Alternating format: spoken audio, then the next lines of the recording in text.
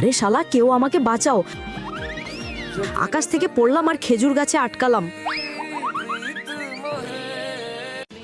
ওহ, ওর মার কোমরটাই ভেঙে দিয়েছে রে। এই নাও 2 লাখ টাকা, কোমরে চিকিৎসা করিয়ে নিও।